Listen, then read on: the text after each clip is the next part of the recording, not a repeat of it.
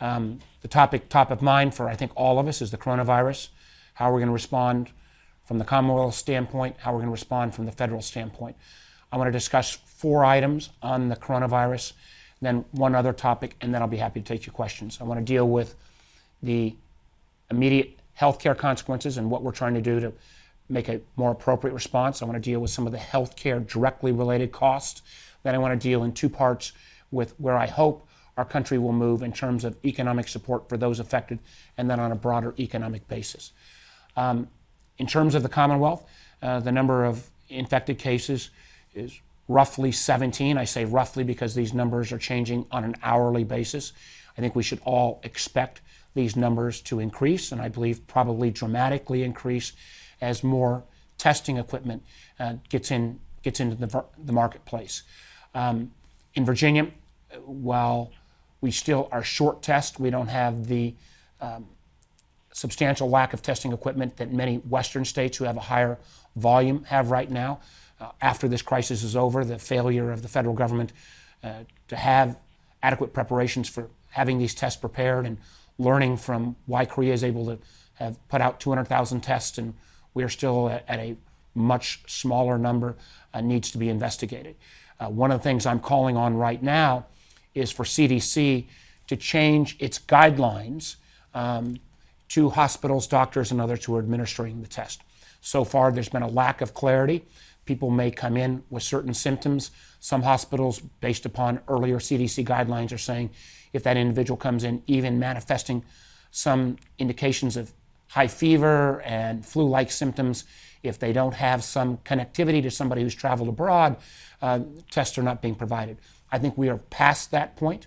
I think we've unfortunately moved in some communities into community transmission, and we need more tests out into the marketplace in a way that people who present can get tested, and that will result in a higher number of confirmed cases. As I mentioned earlier, I'm not sure folks heard this, I think people's overall attention on this illness has gone up exponentially, literally in the last 48 hours, partially due perhaps to the president's speech, but perhaps for many folks, just the fact that the NBA suspended its seasons, colleges are shutting down, the fact that and I apologize, I think this phone just died. Can you still hear me, folks? Yes. All right, thank you. Let me continue. The fact that the NBA suspended its season, NCAA's, the fact for some folks that reading that Tom Hanks and his wife have tested positive. We need to take this challenge seriously. We will get through it, but the first and most important component is we get the healthcare process right, that people heed their healthcare officials. A lot of this will still be deployed at a local basis as communities grapple with this issue, but we need greater clarity, at least on testing, from the CDC, and I hope to see some changes in that very shortly. In terms of grappling with the immediate healthcare cost, while there has been some improvement with individuals who have insurance with major insurance companies saying they're waiving copayment on the tests, that's a step in the right direction. That does not deal, though, with folks who are uninsured. That does not deal with folks who are independent contractors. That does not deal with a host of Virginians. And one of the things that we need to make sure in terms of additional federal relief is that, and I say this as a former governor, that we increase the federal dollar share on Medicaid. And for Virginia, who's increased its Medicaid coverage, a lot of Virginians need to make sure that they're going to get this. If they need this testing and they need this healthcare treatment, they get it. The federal government needs to step in and assist states. We also need to, again, warn people off of some of these health insurance plans, the so-called short-term junk plans, where people, I believe, have been deceived into signing up for health insurance.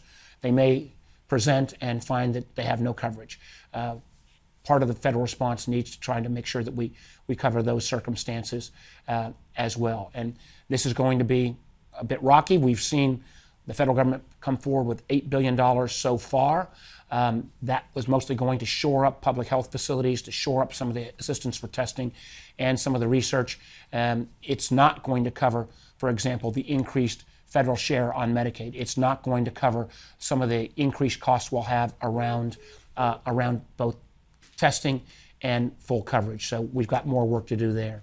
As I move into the economic circumstances, let me touch on two items. One, I was very concerned that the president's initial comments on how we're going to deal with the economic consequences seemed a bit off the mark. It was a bit of traditional macroeconomic activities. Let's cut the federal interest rates. Let's go ahead and do a payroll tax cut. Let's do a broad-based economic stimulus. Those tools may be needed at some point, but they are not going to provide the targeted financial relief to the universes of people who are most affected. Yesterday, I led an effort with 33 of my fellow Democratic senators to write the president to say, let's focus on the two universes of people who are most affected right now. The first universe, and no one should lose their job, lose their pay, or not have the flexibility to take care of their kids if their schools are shut down. Let's focus on those folks who have the illness or who are quarantining on their own. If you're in that 2-week quarantine period, you should not lose your job or pay. The House is working on a package right now that would deal with part of this. It would deal with paid sick leave. It would deal with shoring up unemployment benefits, which again are administered through the state, so that we could, in a sense, waive those initial 7-day waiting periods, so that if people are furloughed, if that waitress at a restaurant or hotel worker that has their hotel see a remarkable shutdown or decrease in volume, to make sure that they get that economic support. We also need to increase, for example, as I mentioned, the Medicaid support, and make sure, particularly as with so many schools closing down, that Title I kids, a lot of our kids, they get their best meals of the day, breakfast and lunch, in school. We've got to make sure that we can provide that nutritional support to those students who may be in frankly, food duress in the coming weeks. So we've got to make sure, again, that we continue these efforts around the immediate support for people who are targeted from who are affected by the disease, and then also we need immediate relief as well to those industries, airlines, hotel, travel and leisure, restaurants, and others, oftentimes service workers, who are, as traffic decreases, their jobs will be in jeopardy. How can we target relief to those? Any targeted relief to the industries should be passed through directly to the workers most affected. Some of the things I've been working on has been, for example, dealing with the platform companies, the Ubers and Lyfts and others who employ drivers, delivery folks, trying to make sure they're not classic workers. They're so-called gig workers. They have no support. They have no benefits.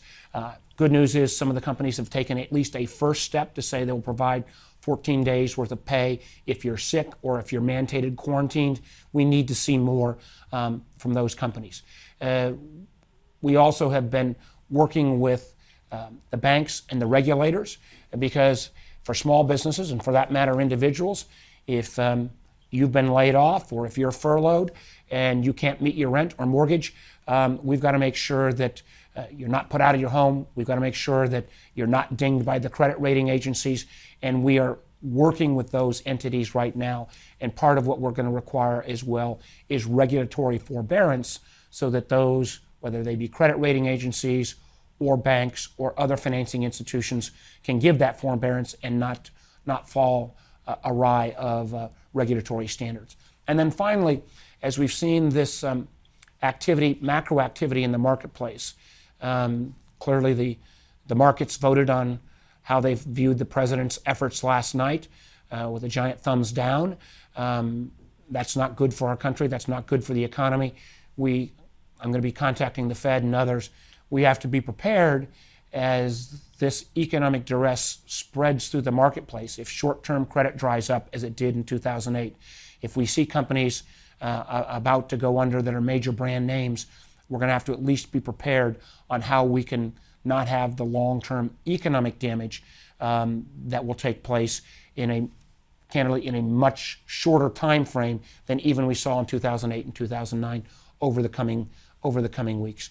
That's my top lines on coronavirus. Let me touch on one other topic that I'm not sure I'll get many questions on, but it's something I've been working on for 3.5 years, and that has been the effort to make sure, and very important for Virginia, that we take care of part of the deferred maintenance on our national parks. We have $12.5 billion of deferred maintenance on our national parks in Virginia. Over $1 billion of that deferred maintenance is on Virginia parks, Virginia national parks. That's our history, that's our heritage. We've been working in a bipartisan way, and I'm proud to say that the administration has signed off on an arrangement that we hopefully will vote on within the next 10 days that will get about 50% of that backlog of maintenance done. That will mean additional 10,000 plus jobs just in Virginia alone. We've also provided long-term permanent funding for land, water, and conservation funds. Now, good news, this will be the most important conservation deal in at least the last 50 years. That is good for Virginia. I think it's good for all Virginians who enjoy the outdoors.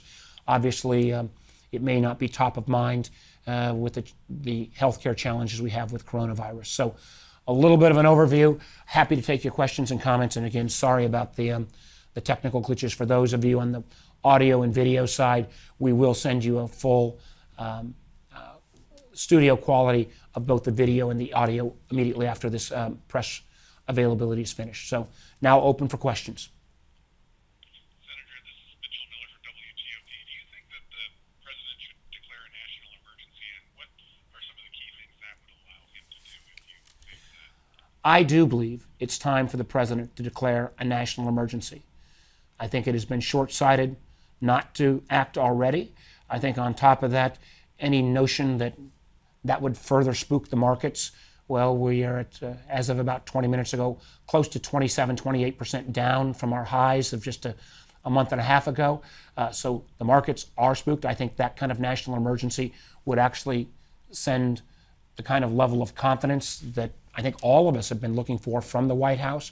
What that would do at both the federal level and indirectly then down to the gubernatorial level, it would give more flexibility to waive certain requirements, to move speedier in terms of deployment of capital. It would free up some additional funds. So I think it is timely, appropriate, and my hope would be that the president would take that action. Senator, this is Sophie Kaplan with the Washington Times. I'm wondering if you've gotten any reports that show the economic impact this has already had on Virginians and Virginia businesses. I think the data is still just coming out. We've not seen all the February numbers. That will start to show effects, probably more West Coast based. March numbers will be much more dramatic for Virginia due to the fact that we are so federal government reliant, particularly in Hampton Roads in Northern Virginia.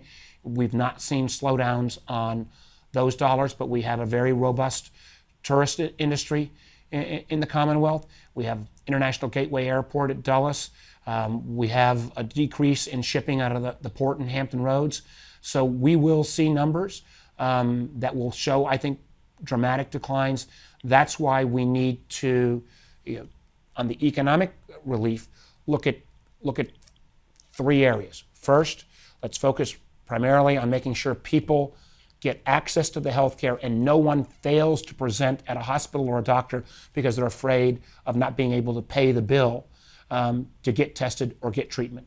Secondly, that we focus on the immediate universes of individuals who are most affected. Those who are sick or those who are forced into quarantine.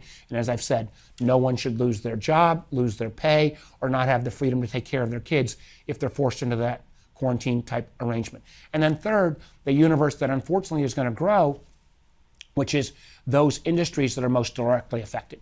Travel, tourism, restaurants, many startups. I was a former entrepreneur. I've met with a number of startups. They are in a real challenge right now because they may not be directly affected, but their cash flows, if their folks can't work, their cash flows are going down. One of the things that we proposed in the Senate package of relief is a much broader SBA program. Sometimes SBA can be a little bureaucratic, but we want to try to cut some of that bureaucracy so low cost to no cost SBA loans can get out to some of these small businesses. And then finally, and no one wants to hear this, but I think we have to be prepared for this, we could see broader across the economy consequences. And while there's not much appetite for shoring up large institutions or shoring up the markets, so-called Wall Street, on its own, we have to recognize that if the short-term lending markets dry up, if access to overnight credit dries up, if Fortune 100 companies start going out of business because they don't have access to short-term credit, we have to be prepared on a more macro basis, and that's why I intend to be in touch with the Fed later today. And my hope would be, again, that we would see this kind of national leadership coming out of the White House. The White House needs to realize this crisis is real, it's now, and it needs to be all hands on deck.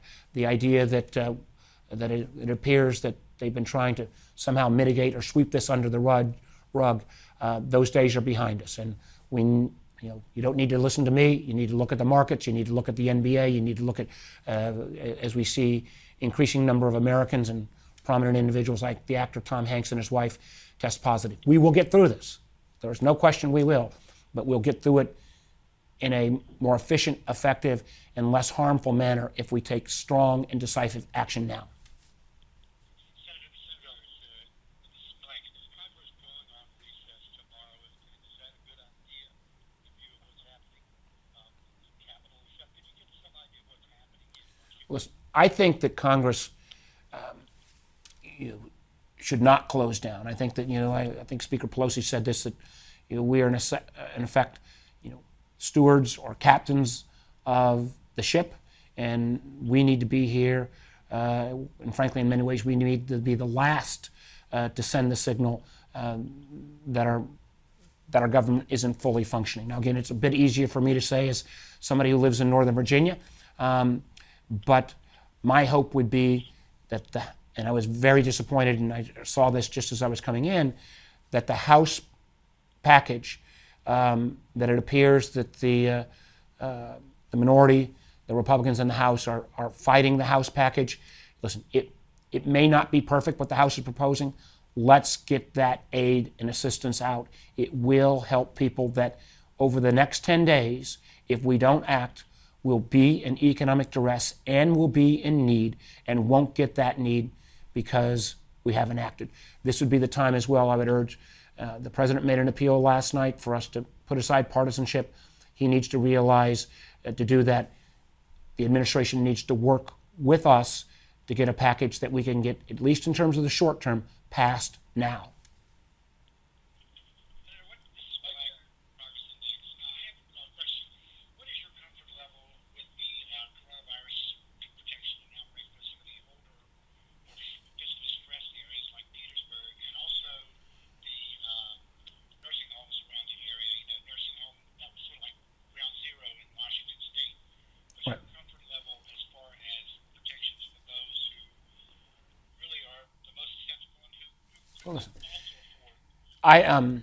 as somebody who falls into that, as an older guy, falls into that targeted population, I can tell you this: I'm washing my hands a lot more. I'm using hand sanitizer. And as a politician, it's really hard for me to do this. I'm elbow bumping as opposed to handshaking.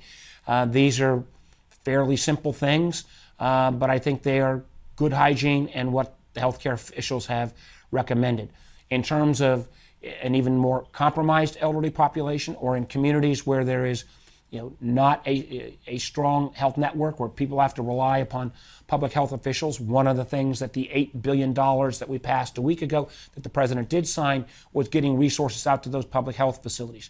I am gravely concerned that when we talk about nursing homes, that oftentimes the people who take care of our moms and dads or grandparents at these nursing homes are low paid. They may even be immigrant and oftentimes immigrant workers.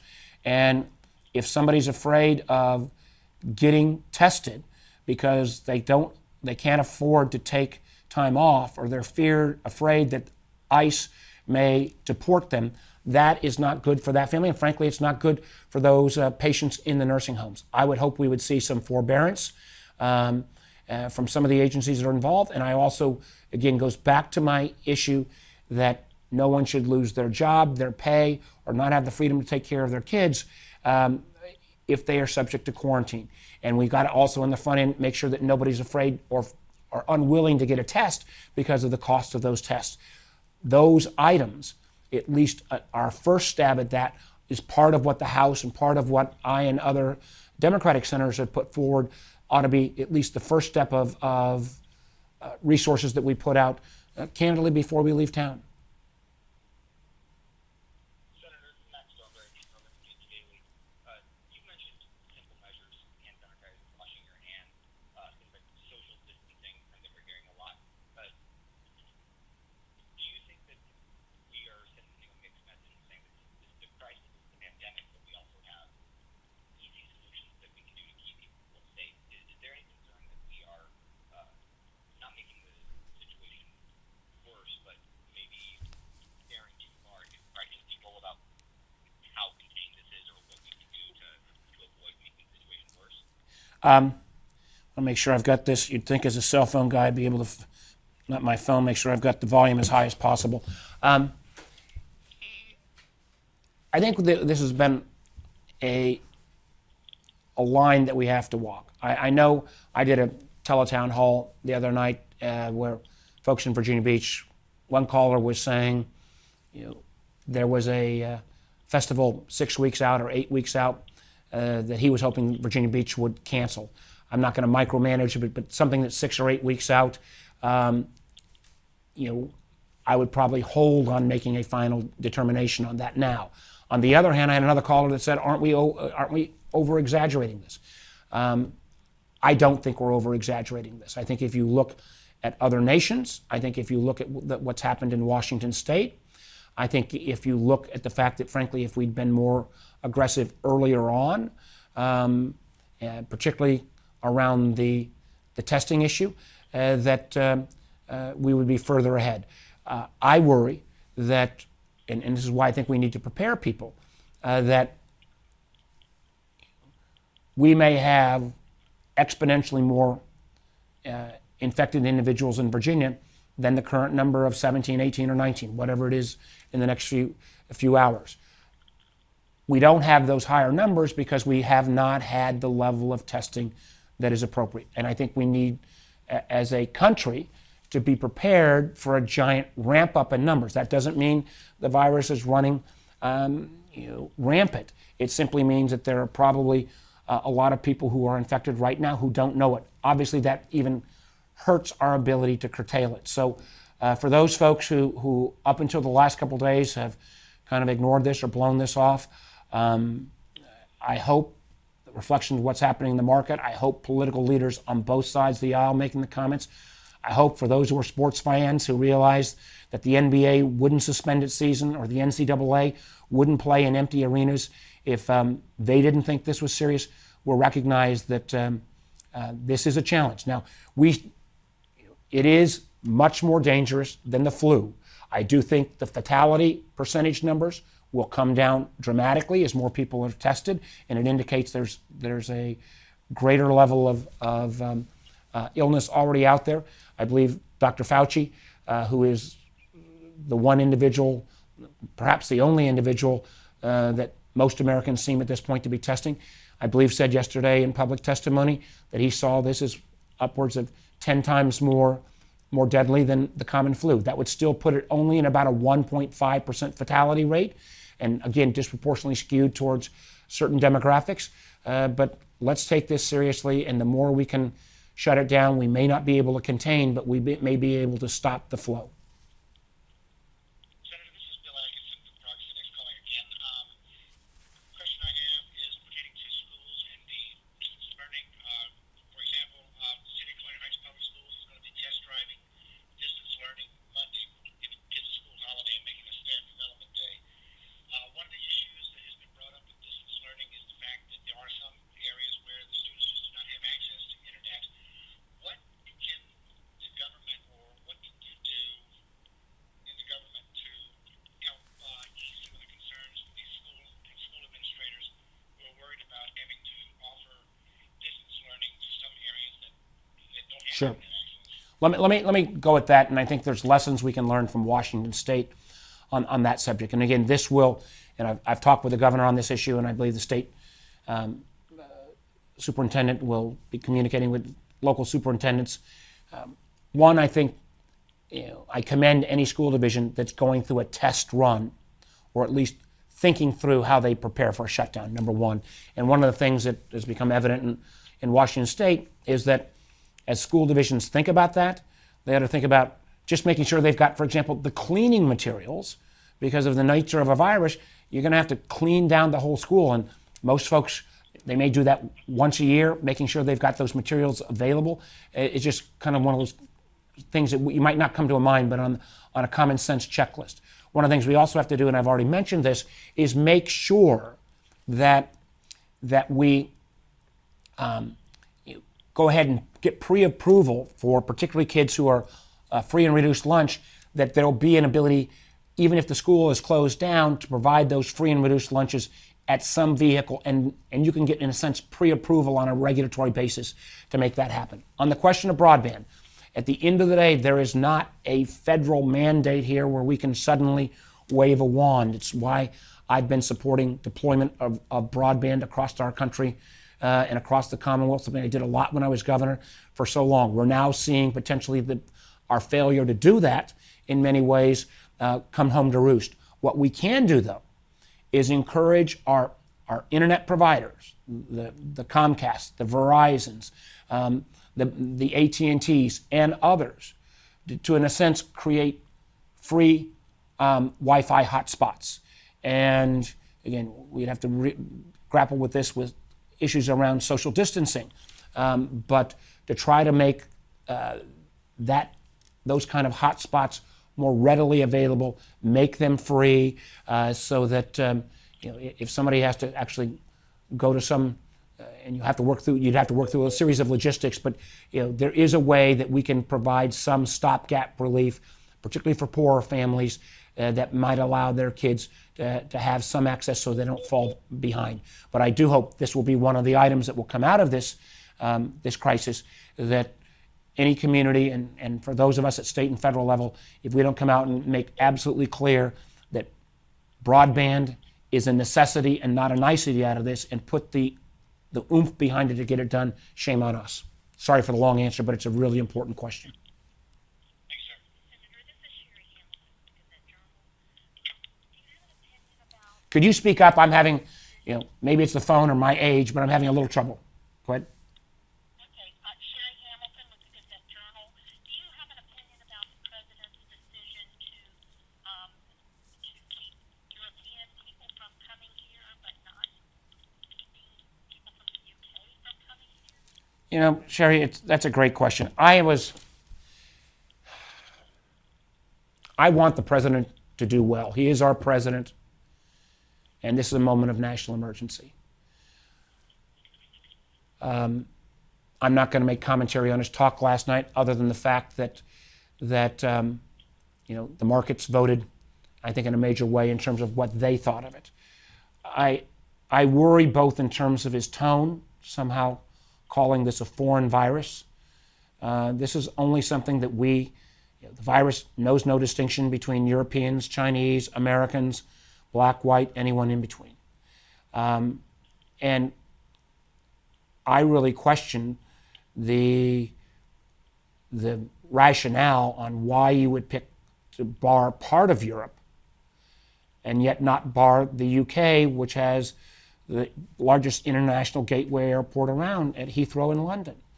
I also feel like, my understanding is at least, that the president gave no heads up to our European partners. These are European countries, for the most part, who are part of NATO, who are our largest trading partners. There may have been selected European countries, Italy or others, where travel ban would be appropriate. But there are many European countries that have much smaller outbreak than the United States. So I'm not sure I understand the rationale or reasoning behind that. I think there should have been a little more clarity. But again, I want the president to be successful in this venture. But his effort to not only lead our country, but in a traditional crisis, and if you look back to the financial crisis in 2007, 8, and 9, whether you liked George Bush or Barack Obama, the rest of the world followed American leadership. That is not happening with the coronavirus. Senator Warner, this is Kim Pearsall with the Virginia Pilot. I just wanted to clarify the number because the epidemiologist said that there were 15 cases as of late this morning. Are there 17?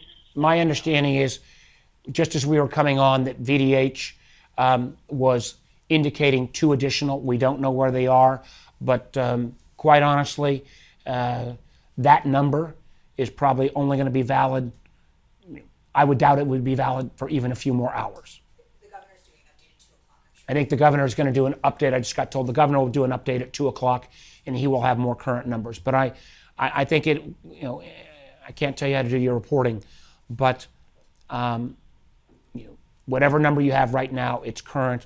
I think we do a disservice to Virginians if we don't indicate that in all probability, with almost 90% plus assurance, these numbers will go up, and they will probably go up dramatically. We have to go because another senator needs to get in. All right, last question. Anyone have a last question? Look, No, you go ahead. is there a last question? Go ahead. Hi, my name is Catherine Young. I'm a reporter at CBS 18 in Charlottesville, and as you probably heard, UVA moved all of its classes online and asked students not to come back to the city. And here there are a lot of small businesses in the area, and they rely on students as both employees and customers. How do you think that impact of all these customers, lost employees, how do you think that's going to be addressed? Well, I'm not sure you were on the line when I went through these issues earlier, but that's why the package that has passed the House, that's why the package that we would add to in the Senate, I think is so important. It would provide, for example, paid sick leave, so that if someone it has to quarantine, they get it. It would provide, expanded unemployment. So if a coffee shop has no customers and they have to furlough someone for a short period of time, they could get immediate unemployment benefits short of 7 days. I think it's why we need to look, as we move into round 2 on this, on other kind of job sharing arrangements. Germany is way ahead of the United States on this issue to deal with affected industries. I think we need as well to make sure that there are greatly expanded SBA loans. And many times these small businesses don't have access to a lot of capital. We're going to need to find a way to get the capital to them to float them over what I hope will only be a month or 2 period. We also need to make sure that there is the ability for the bank or the mortgage company or others to give some forbearance on mortgage and other kind of payments. And then if the banks do the right thing, for them not to be dinged by the regulators. So the regulators need to give regulatory forbearance. So there are a series of items, and one of the things that the president suggested last night that does make some sense is pushing the April 15th deadline for filing your taxes. That, for many folks, is an expensive check to write. And if that can be pushed a little bit, that may give them a little capital tied over as well. There is no single solution here. It is going to take a variety of issues, but these kind of targeted efforts are much, much smarter and much more effective than what the president has proposed, that is most significant option, a payroll tax cut that wouldn't help the owner of the coffee shop, and sure as heck wouldn't help the waiter or waitress or the barista, because for most of them it amount to about $10 a month. If you're furloughed and you're not working, getting that payroll tax cut is not going to do anything. We have to keep some of those tools in reserve for what may happen later on an economic basis, but those are some of the ideas I'd have. I got to round up right now, but let me thank you all. I will tell you this, we will get through this, and we need to focus on access to testing and access to medical equipment. We need to focus on making sure that nobody doesn't see a doctor or see a hospital because of fear of the payments or co-payments. We need to target this economic relief to the quarantine and the industries that are affected. And then we need to keep and start looking now at the macroeconomic tools that we have, because as we've seen some of this meltdown, we could have some choppy days ahead. So thank you for listening in. I know I've got another senator waiting here, and I'm sure I'll be back to you on a regular basis. Thank you all.